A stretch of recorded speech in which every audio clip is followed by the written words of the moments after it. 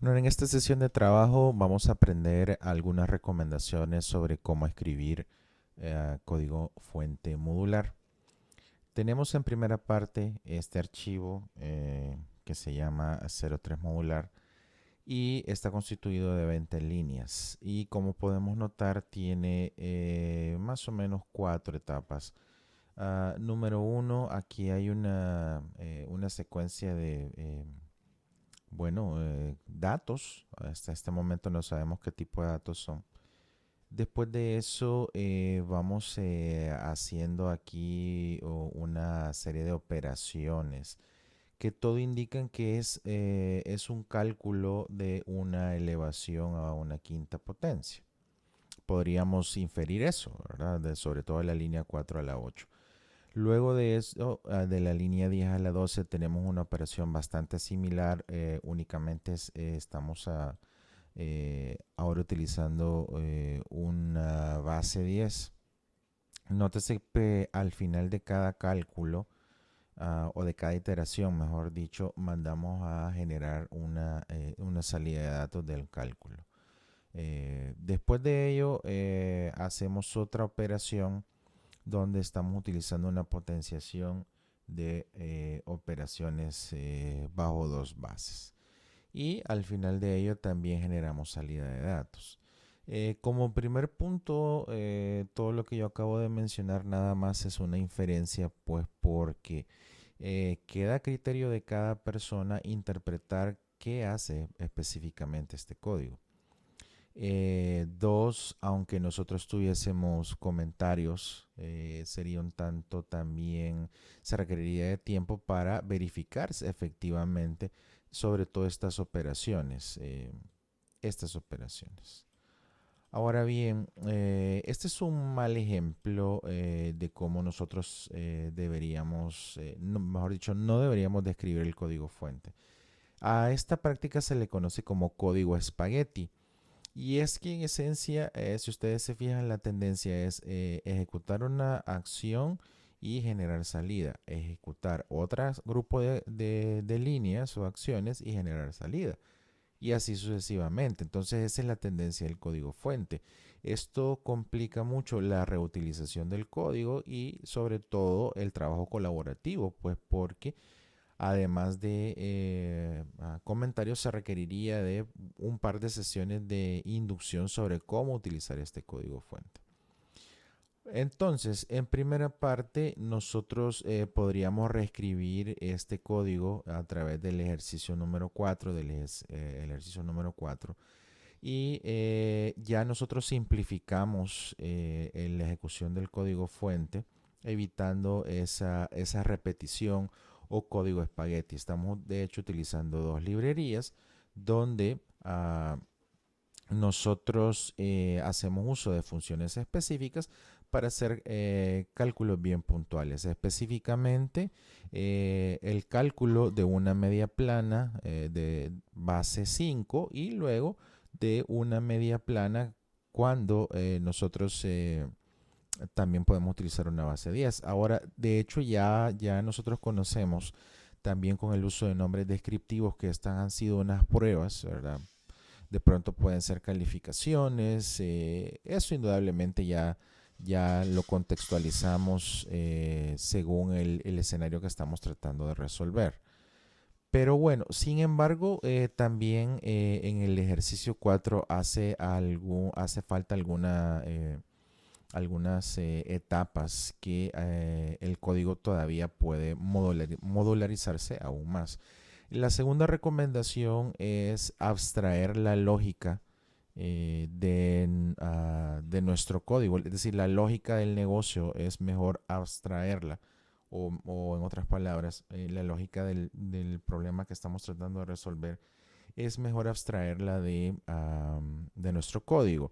En el sentido de que, si ustedes se fijan, aquí hay una lógica específica sobre cómo realizar ciertos cálculos en el ejercicio 3 y acá el, en el ejercicio 4 pues prácticamente estamos simplificando, estamos abstrayendo esa lógica. No quiero decir eliminarla porque igual De hecho, estas funciones al final y al cabo van a generar resultados pues prácticamente iguales que estos cálculos, pero con el objetivo de que el código sea más legible, la idea es simplificar ese excesivo nivel de detalle, sobre todo en aspectos de lógica del escenario que estamos tratando de resolver. Ok, entre otras partes también, si nosotros tomamos en consideración, otra recomendación es que una función debe realizar una sola operación. Por ejemplo, de hecho aquí ni siquiera estamos utilizando funciones, pero efectuamos cálculos y luego enviamos a imprimir el resultado de esos cálculos. Entonces nosotros podemos pasar al ejemplo 5, donde ya específicamente ya el código aún está muchísimo más legible. En la primera etapa, mucho ojo con eso, tenemos dos funciones. Una de ellas es el cálculo de una curva plana, de manera que estamos simplificando estas operaciones, lo estamos ejecutando en un solo bloque por medio del paso de parámetros de este grupo de datos que va a llegar a través de este parámetro y la base en la cual necesitamos nosotros operar. De ahí, si es necesario, podríamos tener una función adicional que realice otros cálculos adicionales. Pero nótese que la función nada más devuelve, mucho ojo, devuelve el resultado de un cálculo en específico. Cuando yo digo que devuelve es que pues forzosamente estamos utilizando la palabra reservada return o el statement return, que es muy diferente acá. Hacemos un cálculo y después estamos enviando la salida de datos. La forma de modularizar las funciones es de esta manera, ¿ok? De hecho, si estuviéramos, por ejemplo, en otros lenguajes como Java, este tipo de función tendría que ser de tipo void, mientras que aquí nosotros sabemos qué tipo de datos está enviando esta función. Bueno, después de eso, tenemos por aquí ya siempre usamos nombres descriptivos para esta variable. Específicamente es una lista y luego de ello ya nosotros hacemos uso para hacer estos cálculos de una misma función. La siguiente recomendación es que como cada función que nosotros diseñemos tiene que recibir como máximo 3 parámetros de entrada. Mucho ojo con ello. Es parte de las recomendaciones para generar pues código modular. Más de 3 parámetros de entrada, nosotros inclusive podríamos meditar si necesitaríamos desagregar alguna función o alguna operación para pues recibir los parámetros adicionales que se requieren. Ok, y bueno, después de eso, esta es una función específica. Y luego, cuando ya se ha cubierto estas etapas, generamos la salida de datos necesaria. Ok, y finalmente, o algunas otras de las recomendaciones es que muchas veces nosotros podríamos romper la regla de los nombres descriptivos. Por ejemplo, si ustedes notan, en los parámetros que reciben las dos funciones son nombres arbitrarios, ¿ok?